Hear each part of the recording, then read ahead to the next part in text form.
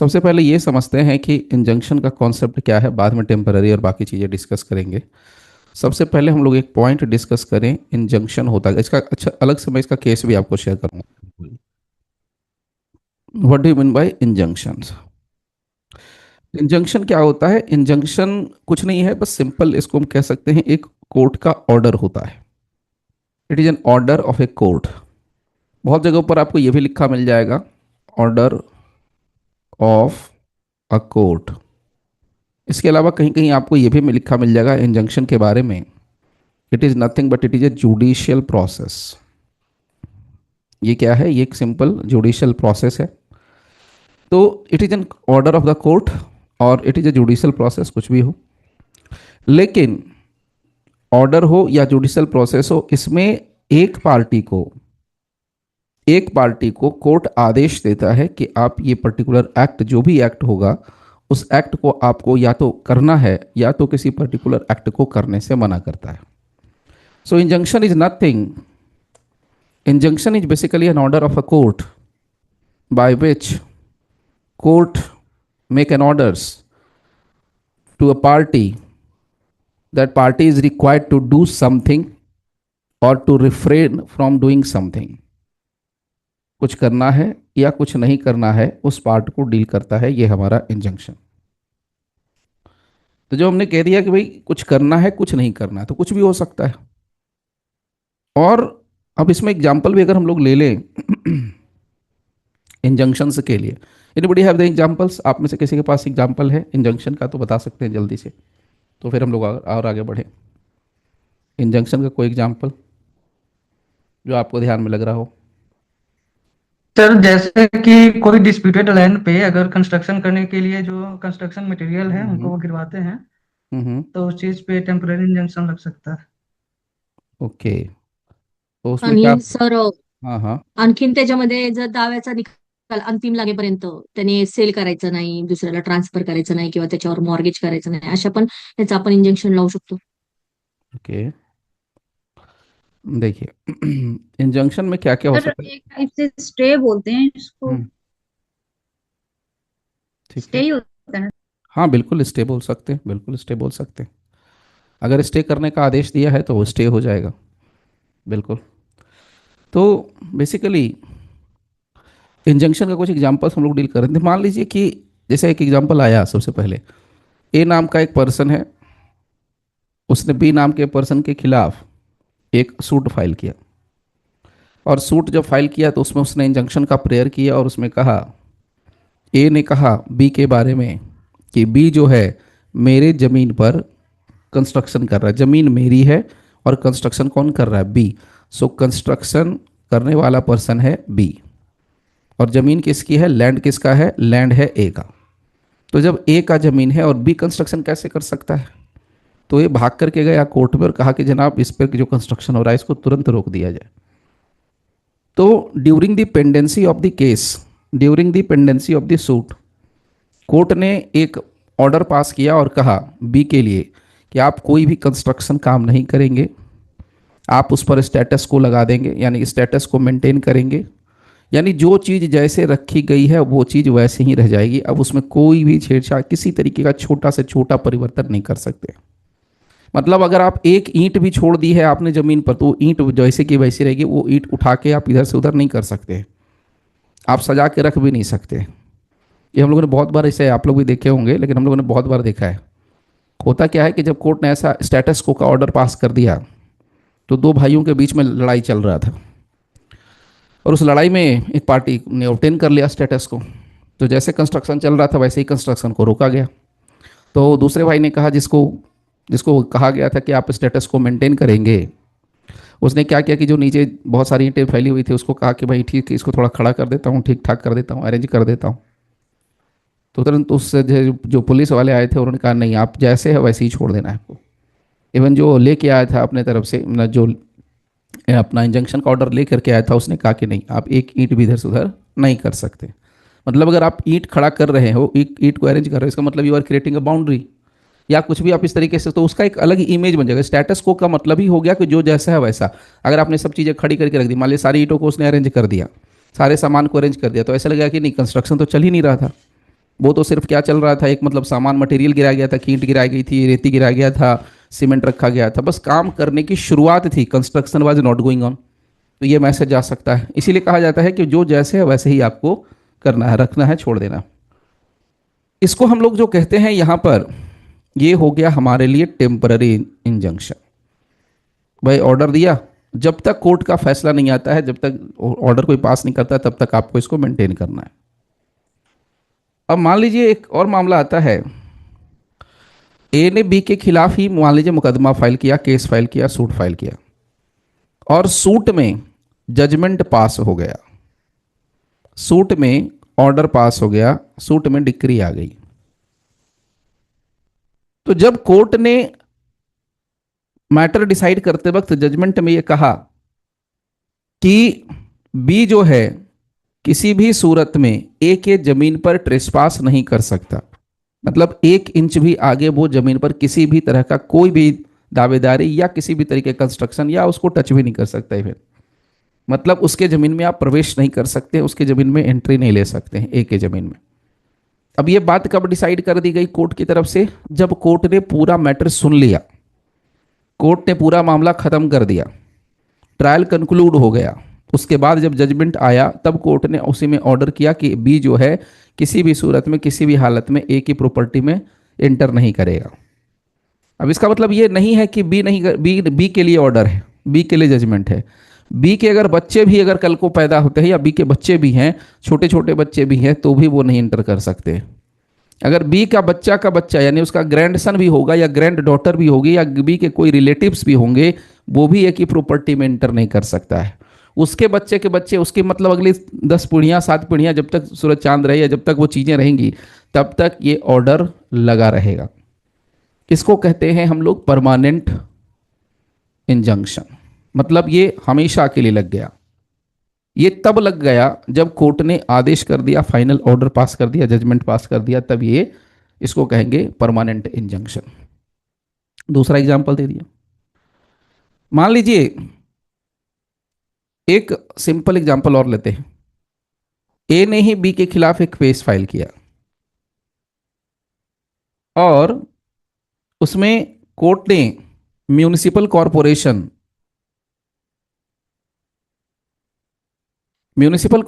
को यह ऑर्डर दिया कोर्ट ने कि सो कॉल्ड जो, मान लीजिए ए म्यूनिसिपल कॉरपोरेशन है, तो ये जो ए है म्यूनिसिपल जो कॉरपोरेशन है, वो बी की प्रॉपर्टी का डिस्ट्रक्शन नहीं करेगा, उसको अतिक्रमण नहीं मानेगा, उसको नहीं तोड़ के गिराएगा, जब तक कि ये मैटर डिसाइड नहीं किया जाता है। तो आप कहेंगे सर ये तो अभी जस्ट आपने कहा टेम्पररी है। नो डाउट ये बात आपने कहा, बिल्कुल सही कहा, टेम्पररी तो है, लेकिन ये टेम्पररी समय के हिसाब से, मैं आगे डील करूंगा, टेम्पररी जो है समय के हिसाब से। लेकिन अगर इस इंजंक्शन का नेचर देखा जाएगा तो नेचर के हिसाब से ये प्रोहिबिटरी होता है। प्रोहिबिटरी का मतलब होता है प्रोहिबिशन, प्रोहिबिशन का मतलब होता है रोक लगाना।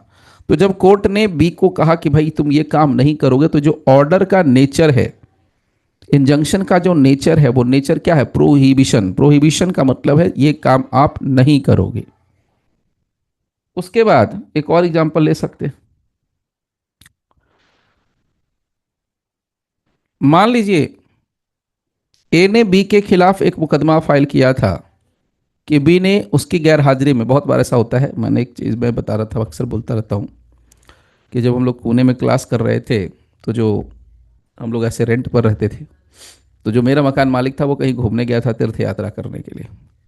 इन द मीन टाइम उसके पड़ोसी ने, जब वो नहीं था, उसने क्या किया, फटाफट करके बहुत तेज़ी से उसने अपना बाउंड्री वाल बढ़ा करके ले लिया। मतलब जितना उसका एरिया था, सपोज ये बाउंड्री वाल यहाँ है, उसने और आगे 2 फीट या 2.5 फीट उसने क्या किया, आगे बढ़ा दिया, और बढ़ा करके उसने उसमें जाके कंस्ट्रक्शन तुरंत कर दिया। 10 दिन तो बहुत होता है छोटा सा कंस्ट्रक्शन करने के लिए, 6 फीट की दीवार खींचने के लिए बहुत है। तो अब यहाँ पर क्या हो गया कि कोर्ट ने ऑर्डर दिया और कहा कि भाई अगर ए ने बी के साथ ऐसा किया है, तो ए जो है ठीक 10 दिनों के अंदर अंदर जो दीवार है, बाउंड्री वाल है, उसको गिराएगा, डिमोलिश करेगा।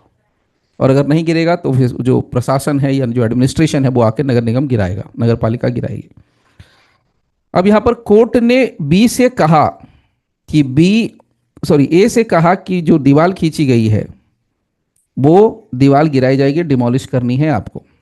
तो अगर कोर्ट ने कुछ करने के लिए कहा है तो वो आपको हर हालत में करना ही करना है। दैट इज मैंडेटरी इंजंक्शन, वो आपको करना ही करना है।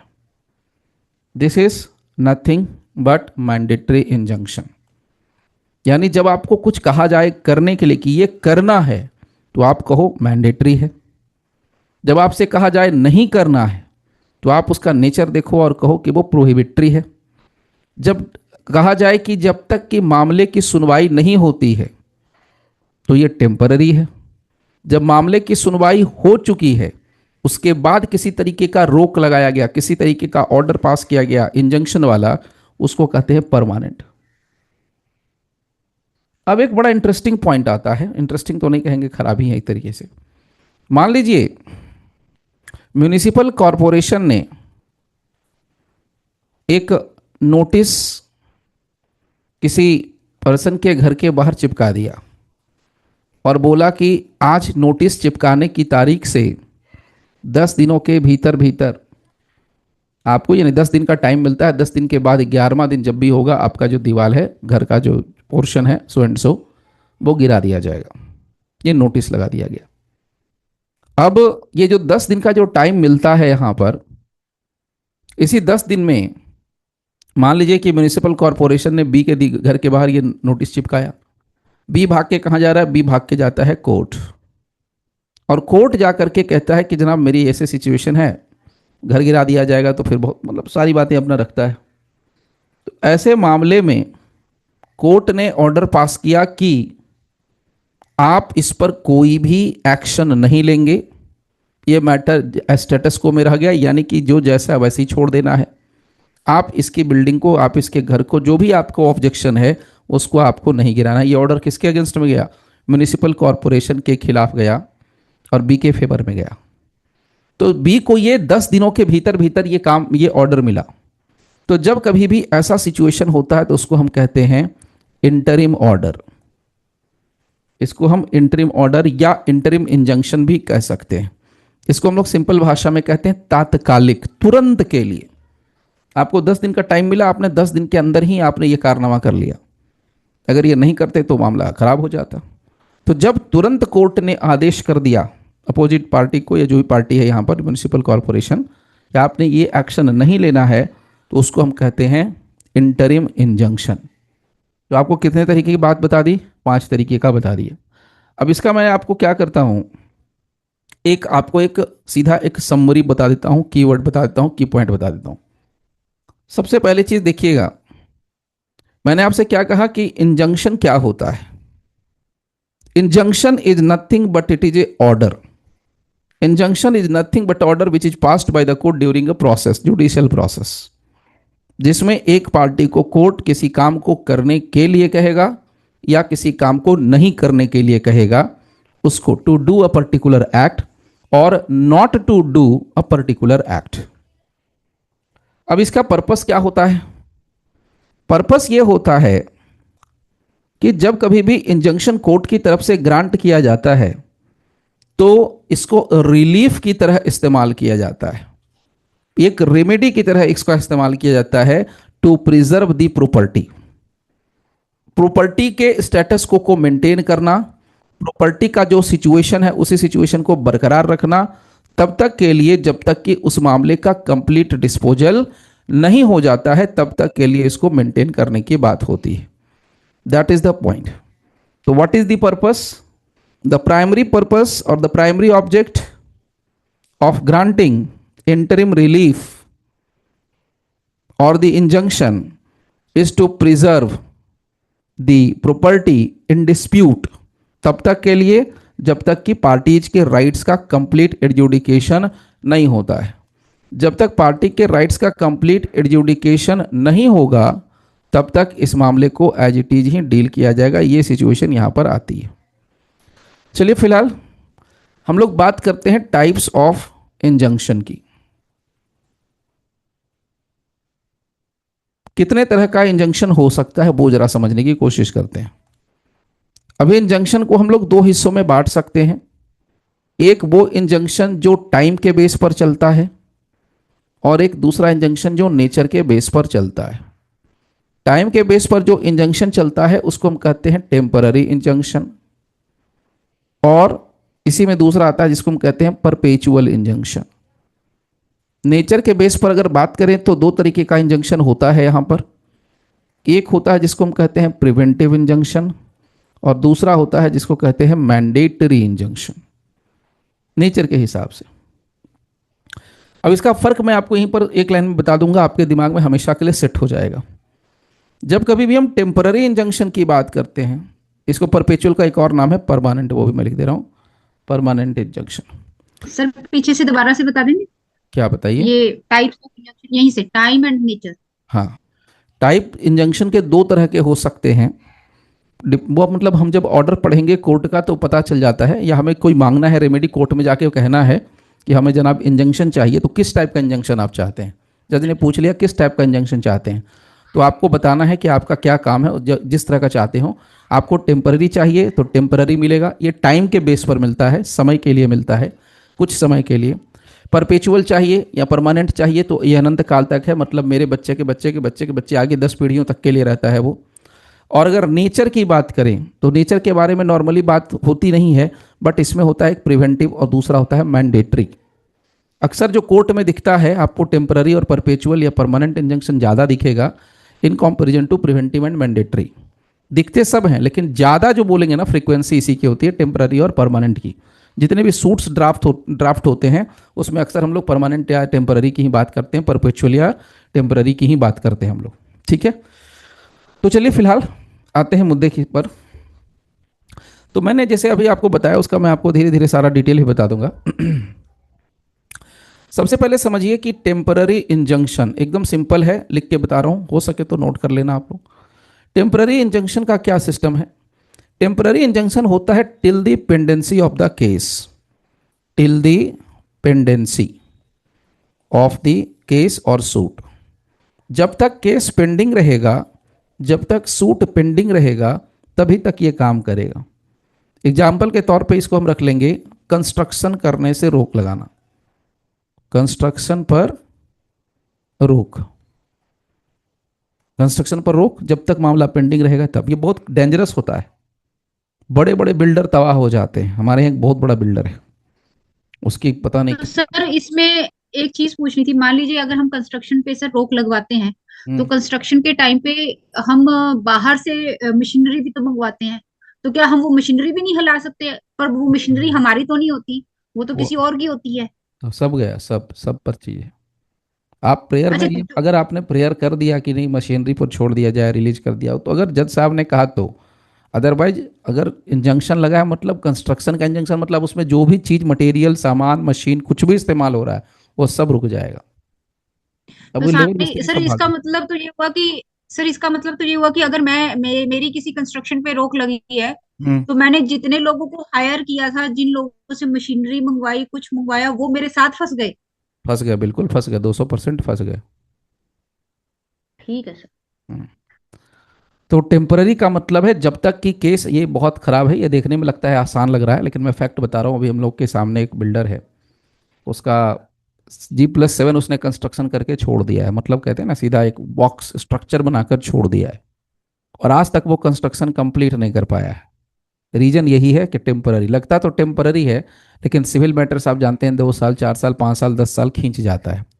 अब कभी मान लीजिए वो बिल्डर जीत लेगा केस, तो उसके बाद क्या होगा, उसी को अच्छे से रंग रोगन करके डेंटिंग पेंटिंग करके चमका के वो बायर्स को चिपका देगा, तो उस कंस्ट्रक्शन का तो हालत क्या होगा वो आप समझ ही रहे हैं।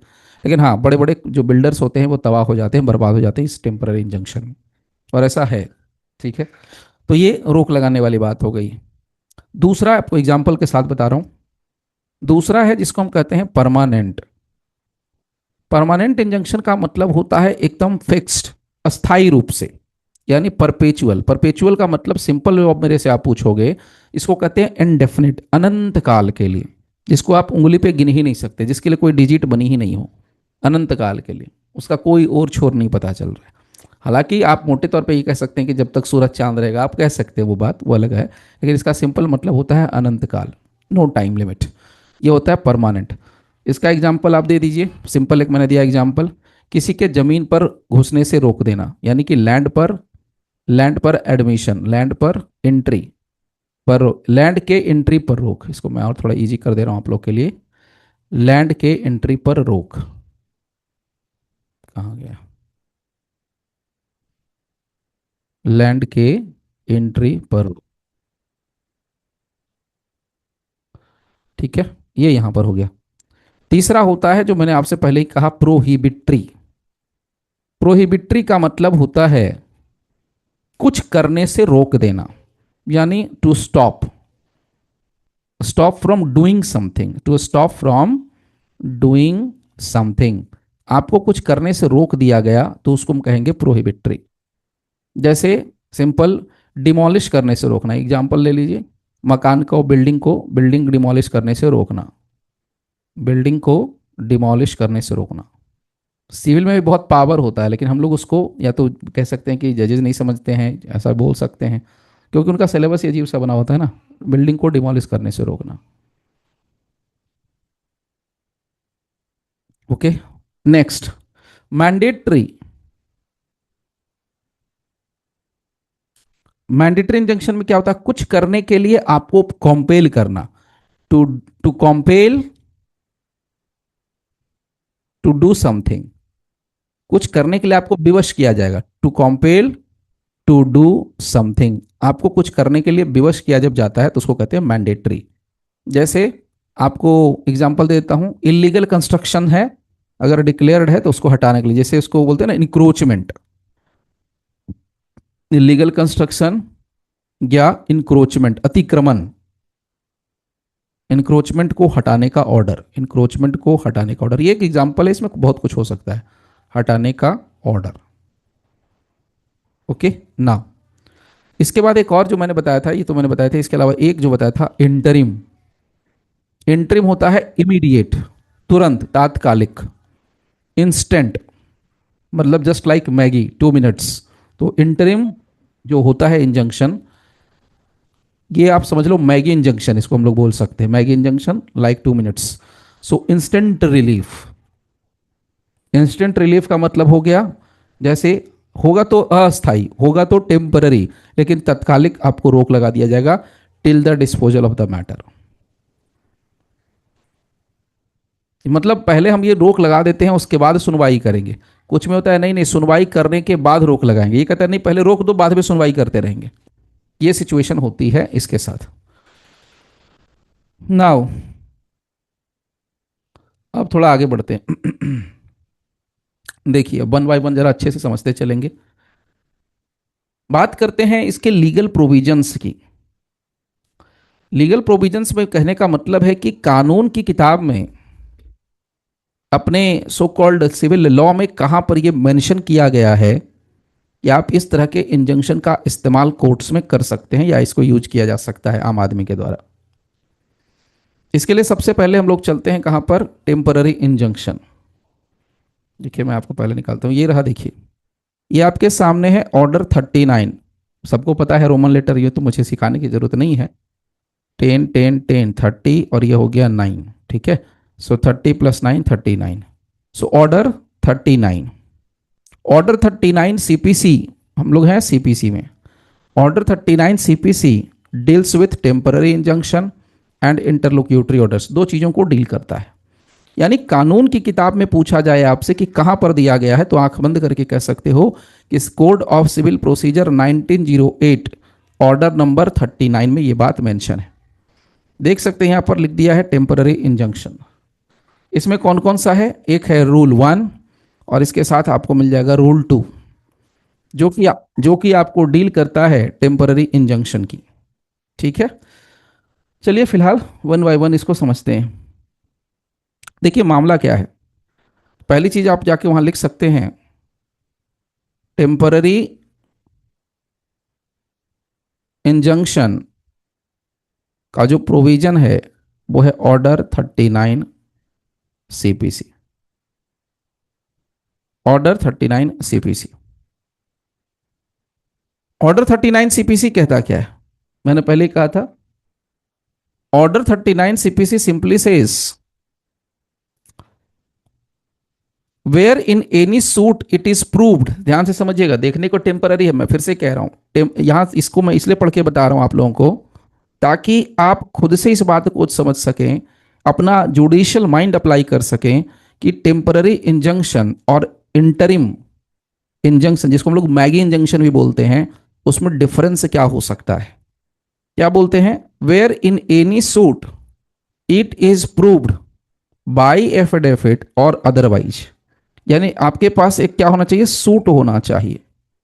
You must have a suit in your hand, जो आपका सूट पेंडिंग होगा नो डाउट, और सूट में it is proved by affidavit, आपका सूट हो और उसमें आपने क्या कर दिया, इस बात को एफिडेविट से साबित कर दिया, या अदरवाइज, या तो एफिडेविट से कर सकते हैं, या अगर नहीं है तो भी आपने कोर्ट को किसी तरीके से कन्विंस कर लिया, मतलब अब रिश्वत देके तो नहीं कह रहा है, लीगल वे में नो डाउट। तो अगर आपने कोर्ट को कन्विंस कर लिया, किस बात के लिए कन्विंस कर लिया, 3 सिचुएशन इन्होंने डील करी है। Situation number 1, any property in dispute in a suit. Sir हाँ जी बताइए। सर, ये जो एफिडेविट की बात हो रही है, ये जो सूट के साथ जो एफिडेविट लगाते हैं उसी की बात है ये? हाँ उसी के साथ है आपको, लेकिन इसके लिए अलग से एफिडेविट लगेगा। सूट के साथ तो एफिडेविट तो नॉर्मल एफिडेविट लगा दिया, जिसमें आप ये लिख के देते हैं, सूट के साथ जो एफिडेविट होती है उसमें हम लोग ये लिख के देते हैं कि भाई मैं सो एंड सो हूँ और मुझे ये पूरे के पूरे फैक्ट सर्कमस्टांसेस सारी चीज़ें पता है, वो सारी बात नॉर्मल लगा के देते हैं। लेकिन यहाँ पर आप कंटेंट्स को मुझे पता है, हाँ ऐसे जी, लिखते हैं ना सर, सूट में जितने कंटेंट्स हैं मुझे पता है, मैंने हाँ पढ़ के उस पे साइन किया, लाइक दैट। यहाँ पर आप इंजंक्शन के लिए मांग रहे हो ना, तो इंजंक्शन के लिए जब आप जा रहे हो तो ये किसकी एक तरीके से आप कहिए कि एक सेपरेट, हम लोग यहाँ पर अलग अलग वही बात होगी ना कि अलग अलग स्टेज है, तो उसमें हम लोग सेपरेट एक ड्राफ्टिंग कर देते हैं, और सेपरेट ड्राफ्टिंग पर सेपरेट ड्राफ्टिंग में ही प्रेयर रहती है कि हमें इंजंक्शन चाहिए, और उसके साथ एफिडेविट अटैच होता है, और उस एफिडेविट में हम ये बात कहते हैं कि भाई हमारे को ये प्रॉब्लम है और इस प्रॉब्लम का सॉल्यूशन अगर नहीं निकला तो हम तो बर्बाद हो जाएंगे, इंजंक्शन ये हमें चाहिए ही चाहिए हर हालत में। अच्छा किस मामले में चाहिए वो देखिए, यहाँ पर 3 मामले बताएं, यानी इन 3 मामलों में आप टेम्पररी इंजंक्शन मांग सकते हो, यानी कि जब तक केस चलेगा तब तक रोक लगी रहेगी, केस खत्म हो सकता है रोक भी खत्म, या दूसरा ऑप्शन कि केस खत्म तो रोक लग भी सकती है। अगर केस खत्म होने के बाद भी रोक लगी रही तो वो चला गया कहाँ पर, परपेचुअल, वो कहाँ चला गया, परमानेंट में चला गया।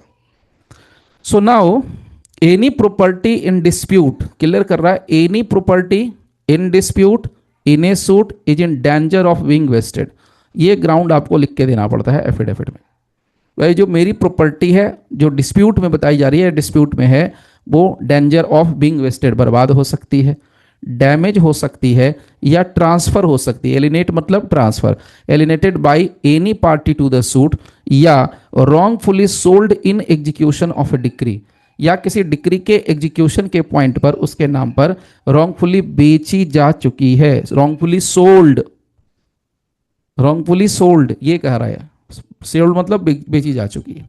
और एक तो ये बेसिस बना दिया, तो पहला डेंजर है, बेचने बर्बाद होने का, डैमेज होने का, एलिनेशन का, ये सारी, या रॉन्गफुली ऑलरेडी सोल्ड है। दूसरा ग्राउंड देखिए, द डिफेंडेंट थ्रेटेंस, डिफेंडेंट इस बात की धमकी देता है या डिफेंडेंट का ये इंटेंशन है कि वो रिमूव कर देगा या डिस्पोज ऑफ कर देगा उसकी खुद की प्रॉपर्टी को with a view to defrauding his creditors. भाई सिंपल समझिए, वो एक पता नहीं कौन सी मूवी थी, वो अपना क्या नाम था इसका, I forget the name of the hero, वो जो बहुत सारे उधार कर्जे ले लेता है और अंत में जाकर के छलांग लगा देता है नदी तालाब जो समुंदर में जाके, फिर भी जिंदा बच जाता है। तो आपने बहुत सारे लोगों से उधार ले रखा है। जब भी मैट था, जब भी मेट था, पता नहीं, जब भी मेट नहीं था सर, बिजली बत्ती गुल मीटर चालू। आई डोंट नो, नहीं सर वो जब भी मैट ही है शायद। जब भी मेट ही है, अच्छा तो शायद जी होगा, सर। मेरे को ध्यान नहीं, वो कूद जाता है पानी में ना, वो क्या नाम है एक्टर का, उसका नाम तो कपूर का बेटा है ना, वो कौन कपूर है वो, शाहिद कपूर। शाहिद शाहिद कपूर। कपूर, राइट राइट, शाहिद कपूर, एकदम सही बिजली बोला, गुल हाँ मीटर चालू करके है वो। पंकज कपूर का बेटा है शाहिद कपूर, राइट, जी जी जी सर। पंकज कपूर याद था। तो अब यहाँ पर क्या होता है, उसके घर पे सब लोग आ जाते हैं वसूलने के लिए, और वसूलने के चक्कर में वो छलांग लगा देता है कि वसूलेंगे नहीं। अब अगर मान लीजिए वसूलने के लिए लोग पहुंच गए कि मेरा उधार है, मेरा उधार है, मेरा उधार है, और उसके पास प्रॉपर्टी होती तो वो क्या कर सकता था, और उसके खिलाफ केस होता तो वो अपनी प्रॉपर्टी को बेच रहा है। तो यहाँ पर कहता है कि अगर डिफेंडेंट ऐसा करता हो, द डिफेंडेंट थ्रेटेंस थ्रेटन्स धमकी दिया, या इंटेंशन उसका दिख रहा है, या रिमूव कर रहा है, या डिस्पोज ऑफ कर। रिमूव का मतलब तो हटा देना, अगर मूवेबल प्रॉपर्टी है तो मूव कर देगा। यहाँ देखिए सिर्फ प्रॉपर्टी लिखी है, तो इसका मतलब movable as well as immovable दोनों तरह की प्रॉपर्टी इंक्लूड है। तो मान लीजिए कि अगर उधार लिया है और मेरे पास BMW कार है, तो भाई 10 लाख का उधार है, 70 लाख 80 लाख की तो मेरे पास BMW कार है, तो भाई कार ही ले जाके रख दिया, तब तो काम ही खत्म हो गया। कार बेच दी, सारा पैसा वसूल हो गया। तो क्या कर दिया मैंने, कार ही बेच दी, वो सिचुएशन। सो रिमूव और डिस्पोज ऑफ हिज प्रॉपर्टी, या मैं बेच देता हूं या तो हटा देता हूं, with a view to defrauding his creditors. तीसरा और आखिरी ग्राउंड यहां पर दिया है जिस बेस पर हम अपना टेम्पररी इंजंक्शन ले सकते हैं। जब तक सूट होगा तब तक इंजंक्शन है। Defendant threatens to dispossess, defendant ने धमकी दी है कि वो डिस्पजेस कर देगा द प्लेंटिफ और otherwise cause injury to the plaintiff in relation to any property in dispute in the suit. तो ये बेसिकली 3 है। तो इसको मैं सिंपल आपको एकदम लैंग्वेज बता दूं तो इसका तो मैंने आपसे पहले ही कहा कि टेम्पररी इंजंक्शन एकदम सिंपल एग्जांपल है। आपको कोर्ट ने ऑर्डर कर दिया कि भाई अगर आप बिल्डर हैं कंस्ट्रक्शन नहीं करेंगे। कब तक नहीं करेंगे, जब तक कि हम इस मामले की सुनवाई नहीं कर लेते हैं, तब तक आपके कंस्ट्रक्शन के काम पर रोक लगी रहेगी।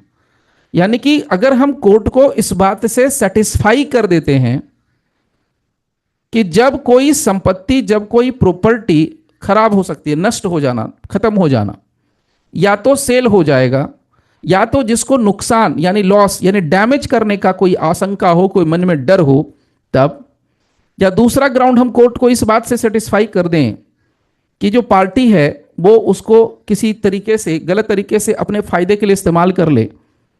तीसरा हम ये अगर कोर्ट को सेटिस्फाई कर दें कि बंदा जो है अगेंस्ट जस्टिस, यानी कि जो उसको करना चाहिए था उसके हिसाब से नहीं करता है, वो इंजूरी करने के पर्पज से अगर वो काम करने वाला है या कर सकता है, तो उस केस में हम यहां पर इंजंक्शन, टेम्पररी इंजंक्शन का प्रेयर कर सकते हैं और कोर्ट जो है इंजंक्शन के लिए मना नहीं करेगा।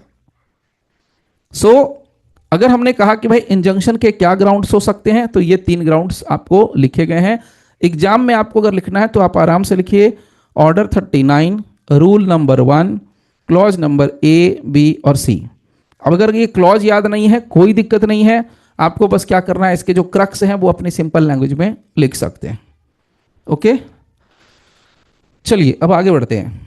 तो ग्राउंड्स मैंने बता दिया ऑर्डर 39 रूल 1 में से। अब यहां देखिए एक और चीज आपको देखने को मिलेगी, इनमें से कुछ भी हुआ तो क्या लिखते हैं, the court may by order grant a temporary injunction to restrain such act. अब अगर ये तीनों में से किसी भी एक पॉइंट पर जज साहब को आपने सेटिस्फाई कर दिया on the basis of affidavit, या बिना एफिडेविट के आपने उनको संतुष्ट कर दिया, सेटिस्फाई कर दिया, तो कोर्ट चाहे तो यहां पर टेम्पररी इंजंक्शन ग्रांट कर सकता है और उसमें कह सकता है टू रिस्ट्रेन सच एक्ट।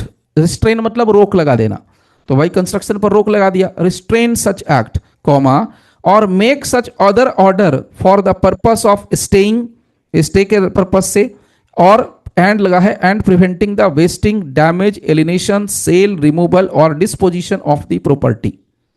मतलब इनमें से कुछ भी ऑर्डर पास कर सकते हैं जज साहब।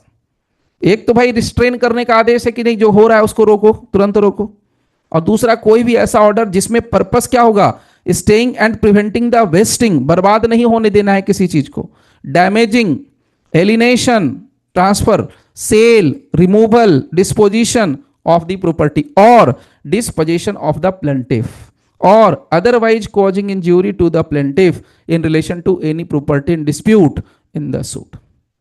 और ये कब तक रहेगा, इसका भी जवाब इसी में मिलता है। इसका जवाब देखिए यहां पर मिला हुआ है, until the disposal of the suit और अंटिल फर्दर ऑर्डर्स। तो ये 2 ऑप्शंस है, या तो सूट का डिस्पोजल हो जाए तब तक ये लगा रहेगा, या तो जब तक कि कोई आदेश नहीं होगा तब तक लगा रहेगा। तो नॉर्मली कोर्ट्स ऐसे करते हैं। अगर कोर्ट में थोड़ा अगर करप्शन वाला पार्ट हम लोग कंसीडर कर लें तो कोर्ट ऑर्डर कर देगा, ठीक है, अगले आदेश तक रोक लगाई जाती है, या तो कहते हैं कि जब तक कि केस का डिस्पोजल नहीं होगा तब तक।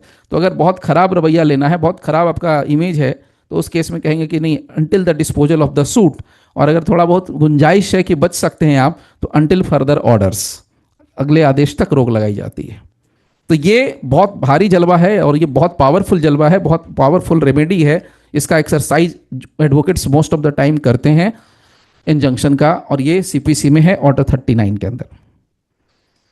ओके, तो ये मैं पहले बता दूं, कोर्ट इसमें बाध्य नहीं होता है। अगर आपने डाल दिया और कहेंगे कि जज साहब हमें दे ही दे, दे ही दे, दे ही दे, नहीं, ऐसा कुछ नहीं है।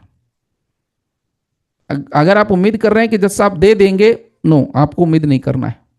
अपने हाथ का मेहनत है, जितना आप कर सकते हैं वो कर लो, क्योंकि कोई भी इंजंक्शन जो होता है नॉर्मली वो डिस्क्रिशनरी रेमेडी है। हमारा काम है प्रेयर करना, सामने वाला दे तो न दे। इसीलिए कहा जाता है ना, इनको माय लॉर्ड कहने का कारण क्या है, यही है। जजेज को भगवान क्यों कहा जाता है? रीजन यही है, क्योंकि उनकी मर्जी होगी तो करेंगे, नहीं मर्जी होगी तो नहीं करेंगे। मर्जी in the sense discretionary remedy है, बाउंडेशन नहीं है कि अगर एप्लीकेशन गया तो करना ही करना है। जैसे होता नहीं है कि आपके पास कोई एप्लीकेशन आई तो आपको डिस्पोजल करना है और फेवर में करना ही करना है। जैसे सपोज कीजिए हमने दुकान में किसी को पैसे दिए और हमें कोई सामान चाहिए, तो भाई पैसे दिए हैं, पैसे पकड़ लिए हैं, तो सामान तो मिलके ही रहेगा, नहीं तो पैसा वापस होगा। लेकिन यहाँ पर ऐसा कुछ नहीं, यहाँ पर आप सामान भी दे देंगे, पैसा भी देंगे, हो सकता है कुछ ना मिले आपको, ये भी ऑप्शन हो सकता है। Okay, so temporary injunction is a discretionary relief, अगर लिखना है तो लिख सकते हैं। It is nothing but it is discretionary relief. अब एक और चीज, मैंने आपसे बात करी किसके लिए, ग्राउंड्स की। तो ग्राउंड्स का जो जलवा है वो आपको मिलता है order 39 rule 1 clause A B and C. इसके अलावे इसका जो रूल 2 है, यानी ऑर्डर 39 रूल 2 सीपीसी जो है, ये भी आपको ग्राउंड देता है। और क्या ग्राउंड देता है, यहां से देखिए, ये कहता है कि जहां पर डिफेंडेंट किसी तरीके का ब्रीच करने वाला है, देखिए यहां लिखा ब्रीच ऑफ कॉन्ट्रैक्ट, यानी डिफेंडेंट का लक्षण इतना खराब है, बोलते हैं ना चाल चले इतना खराब है कि वो आपका कॉन्ट्रैक्ट का ब्रीच करने वाला है, या जहां पर other injury of any kind. So in any suit for restraining the defendant from committing a breach of contract, about to commit, मैं क्या बोल रहा हूं, अबाउट टू कमिट, करने वाला है, about to commit breach of contract, about to commit breach of contract और other injury of any kind, whether compensation is claimed in the suit और नॉट, चाहे सूट में क्लेम किया गया हो कॉम्पनसेशन या नहीं, जो प्लेंटिफ है at any time after the commencement of the suit, suit के कमेंसमेंट के बाद, सूट के कमेंसमेंट के बाद, एंड ईदर, ध्यान से समझिए, सूट के कमेंसमेंट के बाद, एंड और है ईदर बिफोर और आफ्टर जजमेंट, बिफोर भी और आफ्टर भी, apply to the court for a temporary injunction to restrain the defendant from committing the breach of contract or injury complaint. ये है इनका पावरफुल पॉइंट। सो ग्राउंड्स के बेस पर बहुत तगड़ी बात कही गई है। ऑर्डर 39 रूल 1 रूल 2 दोनों में ग्राउंड्स कहा गया है। अब आइए इसमें, जब भी कभी कोई जज साहब अगर आपको टेम्पररी इंजंक्शन ग्रांट कर रहे हों तो आपको उसमें क्या कंडीशन देखना है, यानी एज ए जज आपको क्या देखना है कि तब आप ग्रांट कर सकते हैं। आंख बंद करके तो ग्रांट नहीं करेंगे। ये ग्राउंड्स किसके लिए होता है, ग्राउंड्स होता है जो प्रेयर करता है। ग्राउंड्स हो रहा है, मैं मान लीजिए प्लेंटिफ हूं, मैं जा रहा हूं कोर्ट में, तो मेरे लिए ग्राउंड्स है कि भाई इस ग्राउंड पर मैं जाके इंजंक्शन मांगूंगा। लेकिन कब मिलेगा,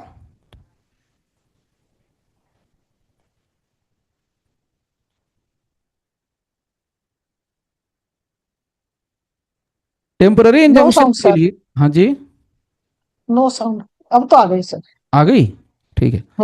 टेम्पररी इंजंक्शन के लिए कौन कौन से प्रिंसिपल्स हैं, कौन कौन से ऐसे प्रिंसिपल्स गवर्न होते हैं जिसके बेस पर अपना ये काम हो सकता है। यानी जज साहब को क्या कंसीडर करना है, जज साहब को सबसे पहले जो कंसीडर करने वाली बात होती है वो है प्राइमा फेसाई केस। अगर जज साहब को लगता है कि सामने से मैटर में कोई प्राइमा फेसाई प्रथम दृष्टया कोई केस बनता हुए, तो उस केस में उसको वो ग्रांट कर सकते हैं। नंबर 2, अगर प्राइमा फेसाई केस बन रहा है, ये जज साहब मान रहे हैं इस बात को कि प्राइमा फेसाई केस तो है, केस का मतलब क्या है, dispute, there is a dispute. अब दूसरा पॉइंट ये जज साहब को कंसीडर करना होगा, ये हमें बताना पड़ेगा, उनको दिखाना पड़ता है कि भाई अगर इस डिस्प्यूट में अगर ये इंजंक्शन ग्रांट टेम्पररी नहीं किया गया तो जो प्लेंटिफ होगा उसको इतना बड़ा लॉस होगा जिसकी कोई भरपाई नहीं की जा सकती है, कोई कंपनसेशन काम नहीं आएगा। That is called irreparable loss. जिसको हम रिपेयर कर ही नहीं सकते, इररिपेरेबल लॉस और इंजरी। अगर जो ग्रांट नहीं हुआ तब की बात कर रहे हैं। सो प्लेंटिफ वुड सफर इररिपेरेबल लॉस और injury if temporary injunction is not granted. अब जज साहब को और क्या देखना चाहिए? इसको एक टर्म है, बड़ा भारी लगता है खास के लॉ स्टूडेंट को, उसको कहते हैं balance of inconvenience, sorry balance of convenience, inconvenience नहीं, balance of convenience. Balance of convenience जो होना चाहिए वो प्लेंटिफ के फेवर में है कि नहीं है, यह देखना होता है, यस और no, whether the balance of convenience is the favour of the plaintiff और नॉट।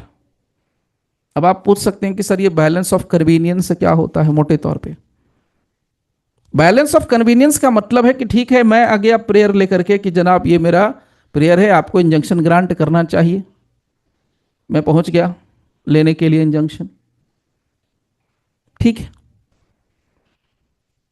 कोर्ट ने ये बातें कंसीडर कर ली। लेकिन जब ये कोर्ट अगर मान लीजिए ग्रांट कर देगा तो एक पार्टी तो बहुत खुश हो जाएगी, लेकिन दूसरे पार्टी का क्या होगा? क्या है, दूसरे पार्टी को तो लॉस नहीं होता है, दूसरे पार्टी के साथ क्या होगा, उस पॉइंट को कंसीडर करना है, जिसको हम कहते हैं बैलेंस। यानी कि अगर आप प्लेंटिफ के फेवर में इंजंक्शन का ऑर्डर पास करते हो तो आपको यह भी देखना है कि जिसके अगेंस्ट में पास कर रहे हो ऑर्डर, उसके ऊपर क्या इंपैक्ट पड़ सकता है। कोई बहुत बड़ा इंपैक्ट तो नहीं पड़ रहा है। जैसे मान लीजिए आपने कोर्ट गए और जाकर के कोर्ट में कहा कि बिल्डर तो बहुत गलत तरीके से मनमानी कर रहा है, जमीन मेरा है, लैंड मेरा है, मैं इसका मालिक हूं, सब कुछ मेरा है, बट स्टिल ये गलत तरीके से कंस्ट्रक्शन कर रहा है। अब यहां पर अगर आप कहते हैं इस बात को, तो टेम्पररी इंजंक्शन लेके जा रहे हैं और कहते हैं क्या कि तब तक जब तक कि मैटर का सुनवाई नहीं होता तब तक। तो मान लीजिए अगर कोर्ट ने ग्रांट कर दिया आपके फेवर में और बिल्डर के अगेंस्ट में, तो बिल्डर तो फंस गया। तो यहां पर जज साहब ऑर्डर पास करते वक्त इस बात का ध्यान रखेंगे कि बिल्डर को कितना लॉस हो सकता है। बैलेंस करना है दोनों को, आपकी रेमेडी और उसके जो एक्ट है दोनों के बीच में balance. So balance of convenience is in favour of plaintiff और नॉट, अगर है तो ठीक है, नहीं तो नहीं।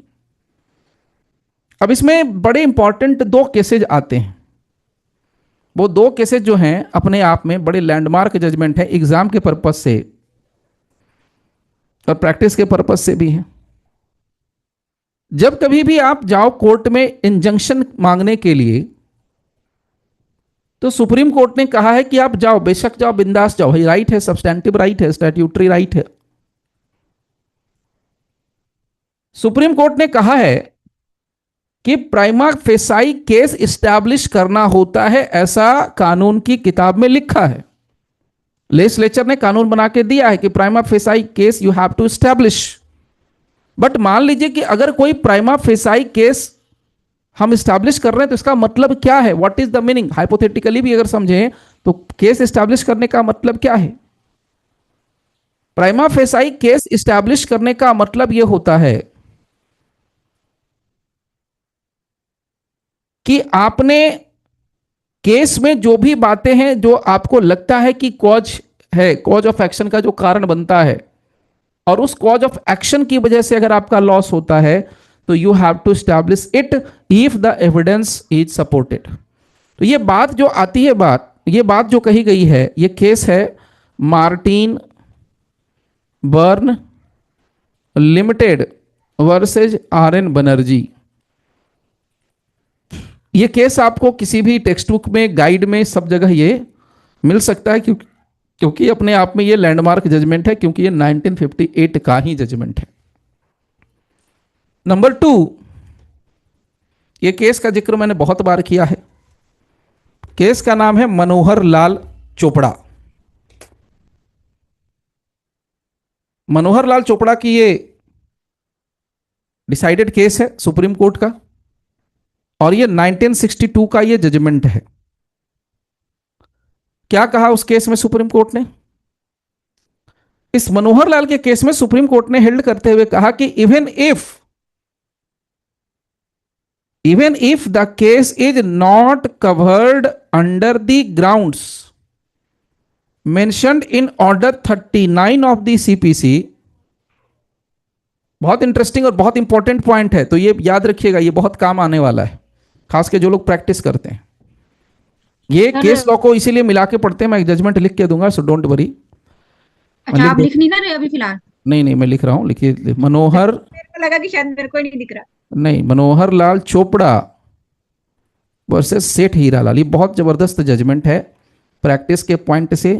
इंटरव्यू में इसी बात को पूछ लेते हैं सिविल जजेस के एग्जाम में, तो वहां पर भी बहुत काम आता है। ये 1962 सुप्रीम कोर्ट 520। ये तो लिखने की अब जरूरत ही नहीं, इतना लैंडमार्क है कि आप इतना डालेंगे काफी है। बहुत जगह इस जजमेंट को कोट किया गया है। जजमेंट क्या होता है? एक अनार 100 बीमार की तरह होता है, यानी एक ही अनार में आपको 100 बीमारों को ठीक करने की क्षमता है। यानी उसी तरीके से एक जजमेंट में बहुत सारी चीजें निकल सकती हैं। अच्छा, इस केस को क्यों मैं कह रहा हूं कि बहुत इंपॉर्टेंट है, बड़े आराम से आपको शेयर भी कर रहा हूं क्यों। अगर आप कोर्ट में प्रैक्टिस कर रहे हैं तो इस बात का आपको ध्यान रखना होता है कि भाई मेरा जो केस है क्या ऑर्डर 39 के रूल 1 या रूल 2 के अंदर फॉल करता है कि नहीं। मीनिंग देयर बाय कि जो ग्राउंड्स किताब में बताए गए हैं, कानून की किताब में जो ग्राउंड्स लिखे गए हैं, क्या वही ग्राउंड्स मेरे केस में हैं। अगर वो ग्राउंड्स हैं तब तो मेरा केस परफेक्ट है, जज साहब तो मोस्ट ऑफ द टाइम 99% दे देंगे, ये आपकी खुशी की बात होती है। लेकिन अगर मान लीजिए कि जो ग्राउंड्स किताब में हैं, कानून की किताब में लिखे गए हैं, और वो ग्राउंड्स आपके केस में है ही नहीं, तो क्या उसमें भी आपको मिल सकता है रिलीफ? आंसर है यस। बहुत पावर है, बहुत पावरफुल है, बहुत पावरफुल है ये बात। अगर आपका ऑर्डर 39 के अंदर नहीं भी है तो भी काम हो जाएगा। क्यों? इस केस में सुप्रीम कोर्ट ने बड़ी इंटरेस्टिंग बात कही, और सुप्रीम कोर्ट ने कहा अगर ऑर्डर 39 नहीं है तो भाड़ में जाए, कोई फर्क नहीं पड़ता। आप सेक्शन 151 सीपीसी के तहत इनहेरेंट पावर का एक्सरसाइज करते हुए आप जाकर के ग्रांट कर सकते हो इंजंक्शन, टेम्पररी इंजंक्शन।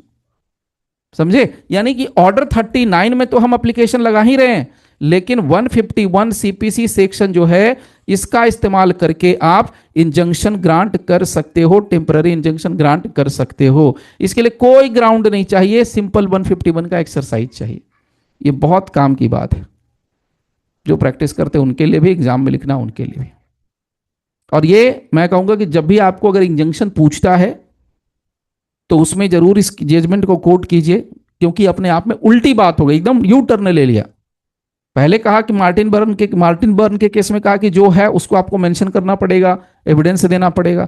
और ये अच्छा, ये बात अगर कोई कहता है कि बड़ी पुराना केस है, बहुत पुराना केस है, तो आप उसको ऐसे घुमा के ट्विस्ट करके कह सकते हैं भाई आप कहते हो पुराना केस है, लेकिन आप ये सोचो 1962 में ही सुप्रीम कोर्ट ने इस बात को डिसाइड कर दिया। मतलब आज से 50 साल पहले, 60 साल पहले ही कोर्ट ने ये डिसाइड कर दिया था। उसको 60 साल पहले दिख गया था कि क्या होने वाला है, 50 साल पहले दिख गया था कि क्या करेंगे लोग। तो उन्होंने 50 साल पहले ही ये डिसाइड करके दे दिया कि अगर तुम्हारे नहीं भी है ऑर्डर 39 में ग्राउंड, कोई बात नहीं है, तुम 151 के तहत इसको ले लो। तो हम लोग जब भी कभी ऐसा ड्राफ्टिंग करते हैं ना, तो ऑर्डर 39 या हम लोग कोई भी सीपीसी में जब भी ऑर्डर एप्लीकेशन कुछ भी लगाते हैं तो जरूर लिख देंगे कि read with section 151 of the CPC, ये जरूर लिखते हैं। उनको हमें पेड़ पर चढ़ाना होता है कि जनाब आप ही तो हो सब कुछ, आप सच में, तुम दिन को अगर रात कहोगे तो हम रात ही कहेंगे, कह दो साहब, उससे क्या फर्क पड़ता है, भाई पैसे लिए काम तो करना पड़ेगा। ओके, नाउ ये हो गई बहुत बड़ी बात जो कि यहां पर मुझे बतानी थी। अब बाकी में कुछ करना नहीं है, बाकियों का मैं पार्ट बता देता हूं। जैसे देखिए, परपेचुअल इंजंक्शन की बात करते हैं। एक और जो टाइप है परमानेंट इंजंक्शन। देखिए फर्क समझना आप इसको। टेम्पररी चाहिए तो सीपीसी काम आएगा, और परमानेंट चाहिए अनंत काल तक के लिए तो स्पेसिफिक रिलीफ एक्ट काम आएगा। ये जो अभी आप स्क्रीन पर देख रहे हैं ये स्पेसिफिक रिलीफ एक्ट का सेक्शन नंबर 38 है, और यहां आप देख सकते हैं चैप्टर नंबर 8 परपेचुअल इंजंक्शंस। ठीक है, ये सेक्शन है 38। इसके बाद आपको मिलेगा 39 मैंडेटरी इंजंक्शन, इसके बाद आपको मिलेगा 40, इसके बाद 41 एंड 42। ये आपको 4 इंजंक्शन यहां पर मिलते हैं। मतलब सॉरी, ये पूरा का पूरा जो 4 सेक्शन है ये इंजंक्शन को डील करता है, परपेचुअल को। तो याद रखिएगा, हमें परपेचुअल इंजंक्शन की अगर हम बात करते हैं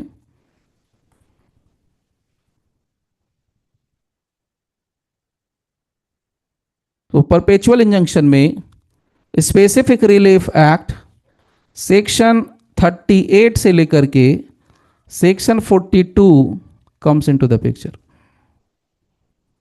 और मैंने आपको पहले ही बता दिया परमानेंट का मतलब क्या है, अस्थाई। परमानेंट का मतलब क्या है, परपेचुअल।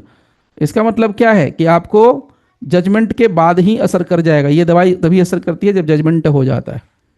जैसे मैंने इसका सिंपल एग्जांपल दिया था, किसी के जमीन पर एंट्री, घुसने से रोक लगाना, ये बात अगर होती है तो इसको हम कहेंगे परमानेंट। ओके, चलिए, तो फिलहाल इसमें इतना ही रखेंगे इसको, मतलब परपेचुअल को। अभी दूसरे साइड पर आते हैं। दूसरा साइड कहने का सेंस ये है कि मान लीजिए कि कोर्ट ने उधर से ऑर्डर पास कर दिया इंजंक्शन का, और जिस पार्टी के खिलाफ कहा गया वो पार्टी उसको मानने को तैयार नहीं है, तब क्या होगा सीन, वो बहुत इंपॉर्टेंट पॉइंट है जो यहां पर डील किया गया है। ये रहा आपके सामने वो रेमेडी। बहुत बार लोग कहते हैं ना कि सर मैं ऑर्डर तो हो गया लेकिन पार्टी मान नहीं रही है, क्या करें क्या करें क्या करें। सो कॉन्सिक्वेंस ऑफ डिसओबीडियंस और breach of injunction. Breach of injunction मतलब आप एक सिविल जज के ऑर्डर की तौहीन कर रहे हो, आप डिसओबीडियंस कर रहे हो। डिसओबीडियंस का परिणाम क्या होगा, that is given under order 39 rule 2A। Order 39 rule 2A। Order 39 rule 2A कहता है कि क्या परिणाम होगा, क्या कॉन्सिक्वेंसेज होंगे, कॉन्सिक्वेंसेज ऑफ डिसओबीडियंस या breach of injunction.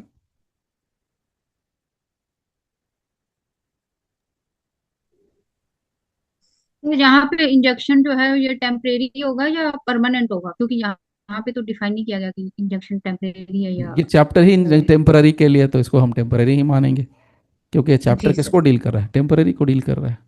Ji sir. ठीक है, जी। डाउट क्लियर हो जाएगा। चलिए, अब यहां पर आता है मामला कि होगा क्या।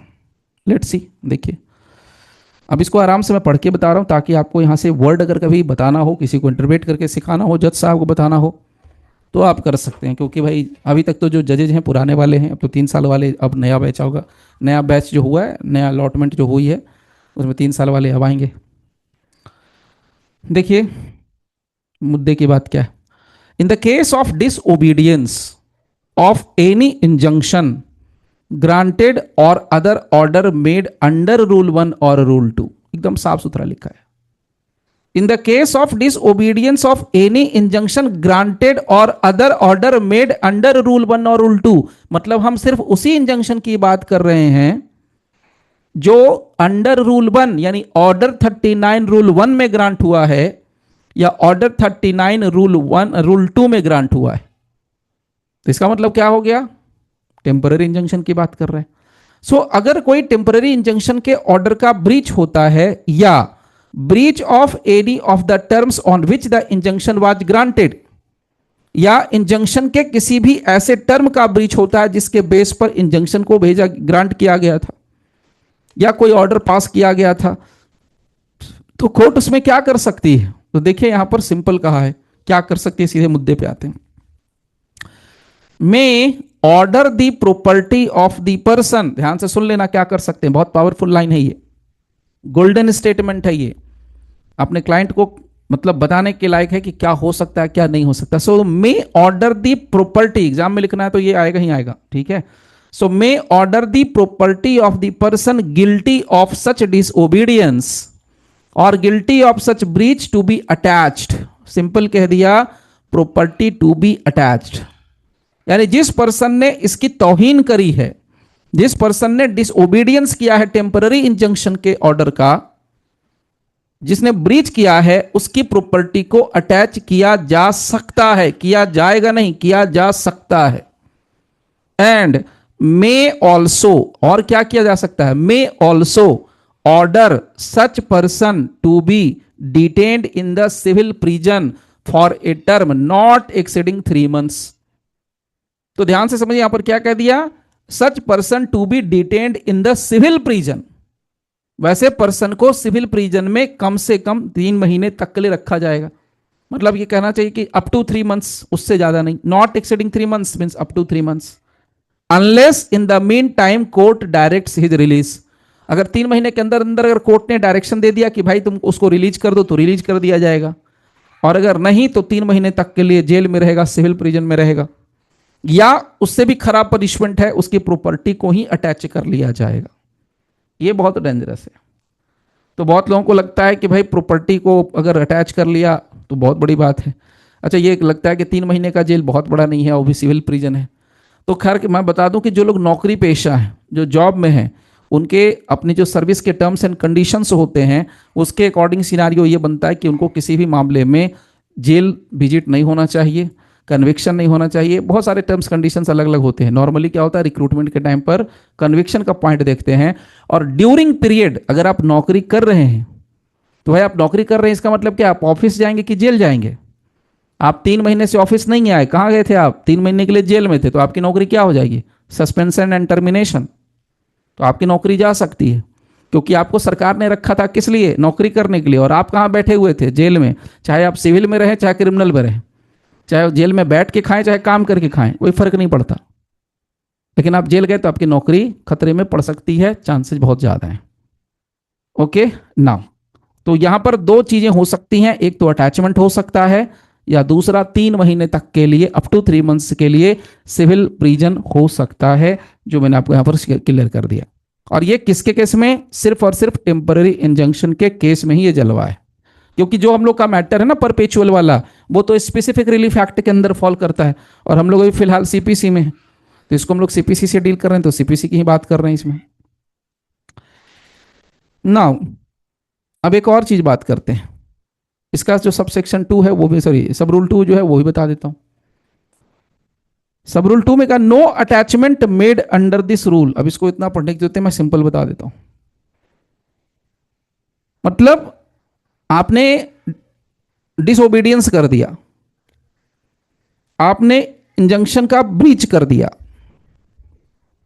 ब्रीच करने के बाद दोनों में से कोई एक सजा मिल सकती है। कहते हैं कि अगर मान लीजिए no attachment made under this rule, यानी प्रॉपर्टी आपकी अटैच नहीं की गई, and shall remain in force for more than 1 year.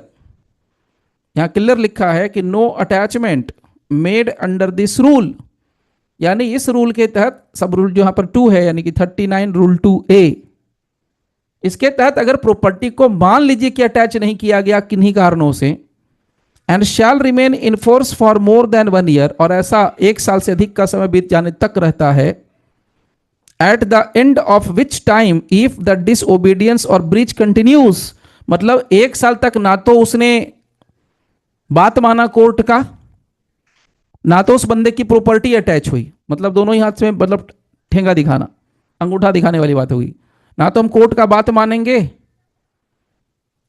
और ना ही प्रॉपर्टी अटैच होने देंगे, ये दोनों काम हो रहे हैं। अब क्या हो गया? द प्रॉपर्टी अटैच्ड, अब यहां सुनिए, attached now may be sold and out of the proceeds the court में award such compensation as it thinks fit.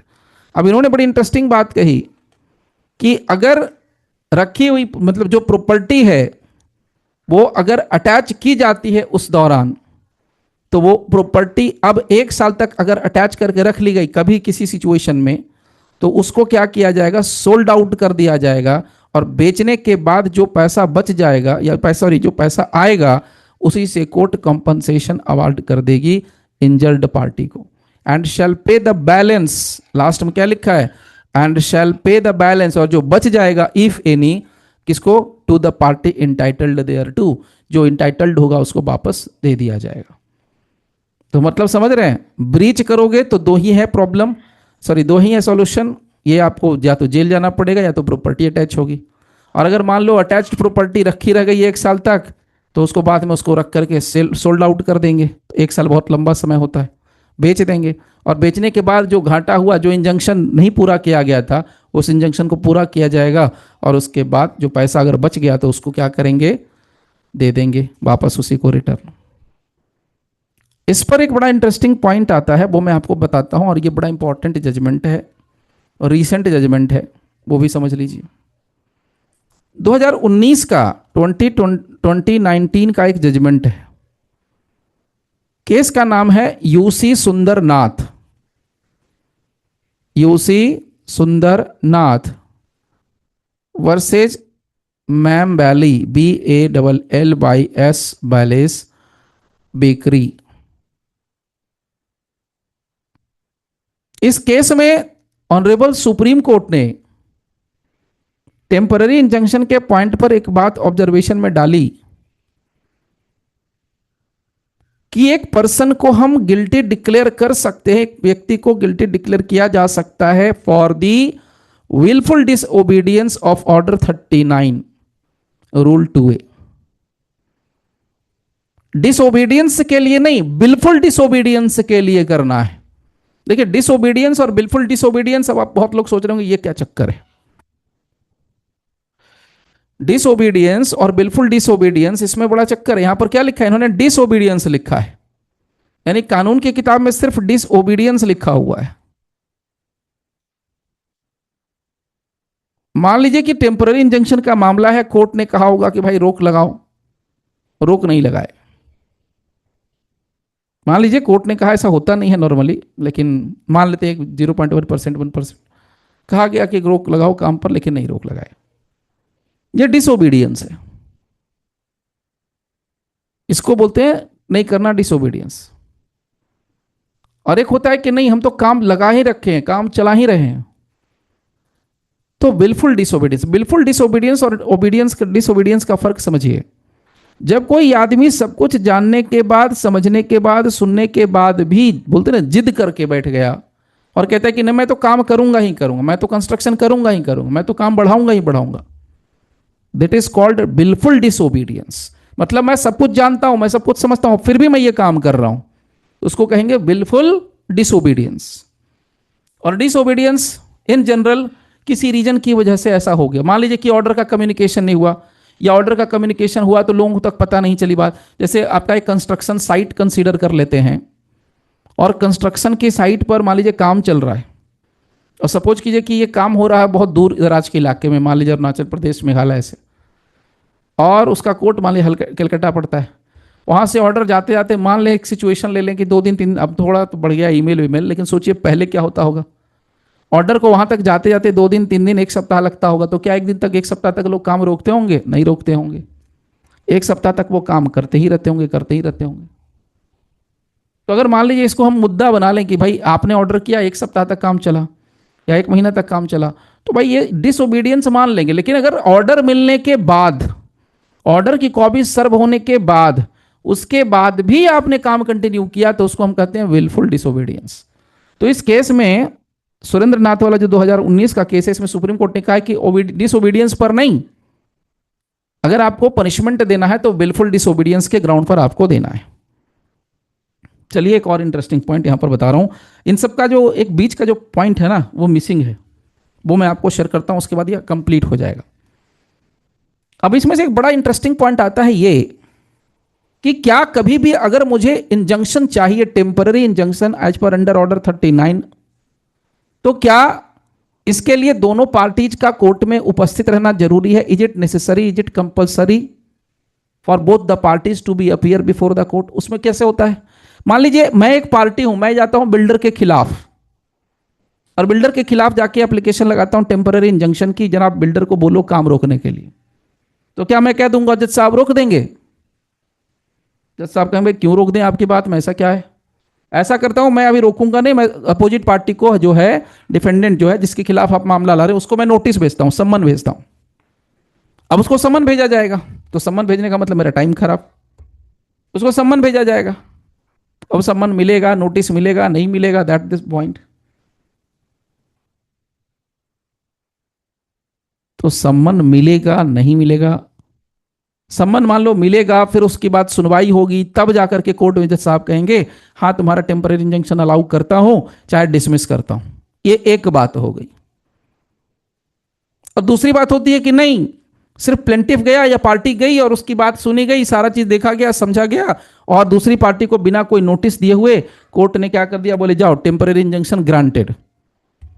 भाई अगर जिसको लेना है वो तो चाहेगा कि बिना दूसरी पार्टी को सुने हो जाए, इसी का जवाब मिलता है ऑर्डर 39 रूल 3 में। आप यहां पर देख सकते हैं, यहां पर ये लिखा गया है।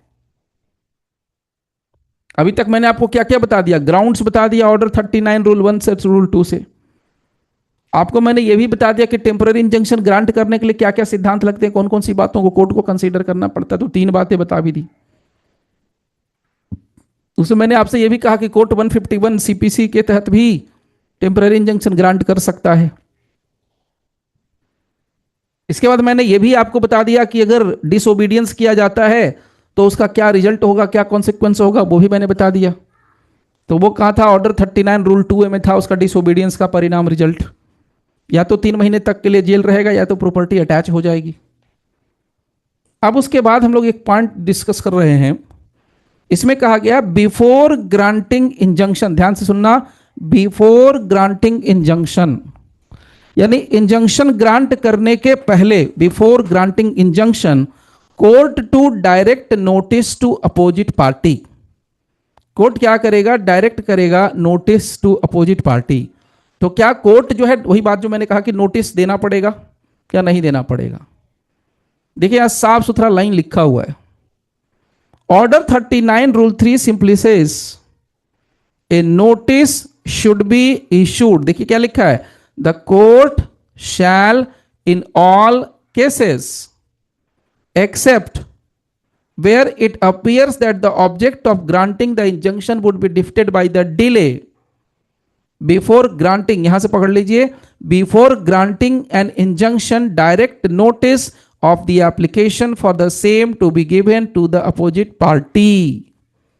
बोलेगा ये क्या था, इसने कहा कि अगर मान लो कि आपको कोर्ट जाकर के टेम्पररी इंजंक्शन चाहिए तो चाहिए, before granting an injunction notice is compulsory, yes notice is compulsory। अगर पूछा जाता है इंटरव्यू में whether notice is required before granting the temporary injunction, the answer is yes, but exception is always there। तो notice तो देंगे, दूसरे party की बात सुनेंगे समझेंगे फिर टेम्पररी इंजंक्शन ग्रांट करेंगे। लेकिन अगर कहीं कोर्ट को लगता है, यहां पर लिखा गया है एक्सेप्ट लिखा है, एक्सेप्ट यानी एक्सेप्शन इन्होंने दे दिया है, except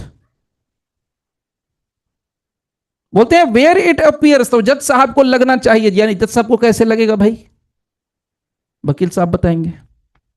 where it appears that the object of granting, the object of granting, object का मतलब पर्पस, उद्देश्य, किस काम के लिए आप लेने आ रहे हो इंजंक्शन, वो सर्व नहीं होगा। ये कह रहा है कि जहां जज साहब को इस बात का अंदाजा लग जाए, जहां इस बात का अपियरेंस हो जाए कि हां इंजंक्शन ग्रांट करने का जो मकसद है वो फेल हो जाएगा ड्यू टू द डिले हो जाएगा इंजंक्शन ग्रांट करने में और उधर सब कुछ बर्बाद तबाह हो जाएगा, तो उस केस में बिफोर ग्रांटिंग एन इंजंक्शन, मैं रिपीट कर रहा हूं, बिफोर, यहां पर कह रहे हैं before granting an injunction direct notice, तो यहां पर इंजंक्शन ग्रांट कर सकते हैं। यानी the court has the power to grant an ex parte injunction without issuing a notice. Exception में है कि आप ये सिचुएशन, इसी को कह रहे हैं एक्स पार्टे। तो यहां सिंपल आप लिख सकते हैं as per order 39 rule 3 CPC, ex parte temporary injunction may be granted by the court। Grant किया जा सकता है, कोई नोटिस वोटिस भेजने की जरूरत नहीं है, may be granted by the court। It means without issuing a notice। और क्यों नोटिस नहीं जारी करेंगे, क्योंकि लगता है कि डिले हो जाएगा। अच्छा एक बात बड़ा इंटरेस्टिंग समझिए, मान लीजिए आप पहुंच गए कोर्ट में टेम्पररी इंजंक्शन लेने के लिए,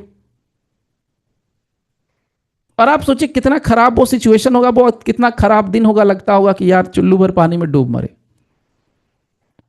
या तो अपने कर्मों की सजा भुगत रहे हैं, या तो अपने बोलते हैं ना भाग्य खराब है कि मेरी आंखों के सामने मेरे जमीन पर कोई आदमी कंस्ट्रक्शन कर रहा है और हम उसको रोक भी नहीं पा रहे हैं। बहुत खराब लगता है, सारी इमेज इज्जत सब पानी में खत्म। अब उस सिचुएशन में आप क्या कर रहे हैं, आपको लगेगा कि भाग के जाएं कोर्ट में और कोर्ट में जाकर के सॉल्यूशन निकल जाए। अब कोर्ट में गए तो एक अलग ही फसाद हो गया, बोले अरे यार जाके उसकी दूसरी पार्टी को नोटिस दे। कोई नहीं चाहता है नोटिस जाए, कोई नहीं चाहता है नोटिस जाए, क्योंकि नोटिस जाने के बाद अलर्ट हो जाएगा। अच्छा मान लीजिए नोटिस चला भी गया, अपोजिट पार्टी को नोटिस चला भी गया और उसने नोटिस खुशी खुशी ले भी लिया, तो क्या काम वो रोक देगा? बिल्डर को नोटिस चला गया, आपका जमीन है, बिल्डर कंस्ट्रक्शन कर रहा है, तो क्या बिल्डर को नोटिस मिलने से बिल्डर काम रोक देगा? The answer is no. Because court का ऑर्डर सिर्फ उपस्थित होने का है, बिकॉज कोर्ट का ऑर्डर में सिर्फ अपीयरेंस की बात है। भैया आओ अपनी कहानी सुनाओ, तुम्हारी कहानी सुनेंगे फिर डिसाइड करेंगे। कोर्ट ने यह कहीं नहीं कहा कि सम्मन भेज रहे हैं तो तुम अपने काम पर रोक लगा के सम्मन में आना, पहले काम पर रोक लगाओ फिर मेरे पास आओ। ऐसा अगर कहा है तब तो ठीक है, अगर नहीं कहा है तो नोटिस जाने से आपके काम पर रोक, उसके काम पर रोक आप नहीं लगा सकते। It must be specifically mentioned in the order of the court while issuing the notice that the status quo must be maintained. Status को मेंटेन होना चाहिए या आपको काम पर रोक लगाना चाहिए, जो भी है whatever।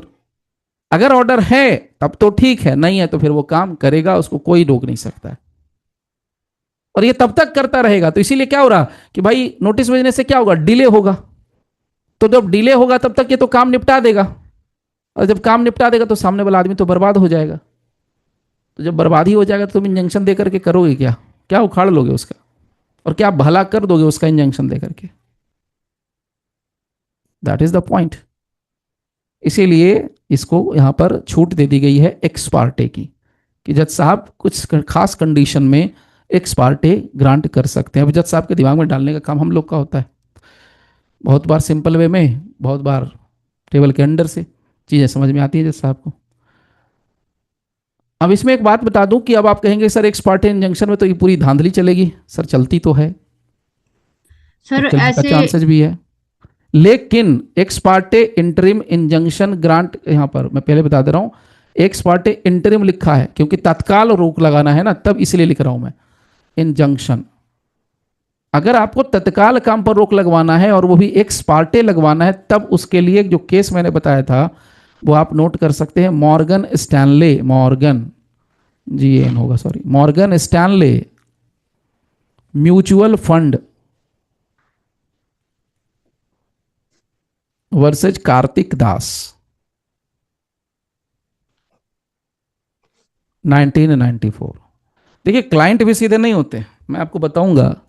मेरे पास अभी एक क्लाइंट है, क्लाइंट क्या है, बहुत बदमाशी क्लाइंट है, महिला है, पढ़ी लिखी है लेकिन बदतमीज ज़्यादा है। अभी मैं सबके लिए नहीं कह रहा हूँ, क्लाइंट के लिए कह रहा हूँ।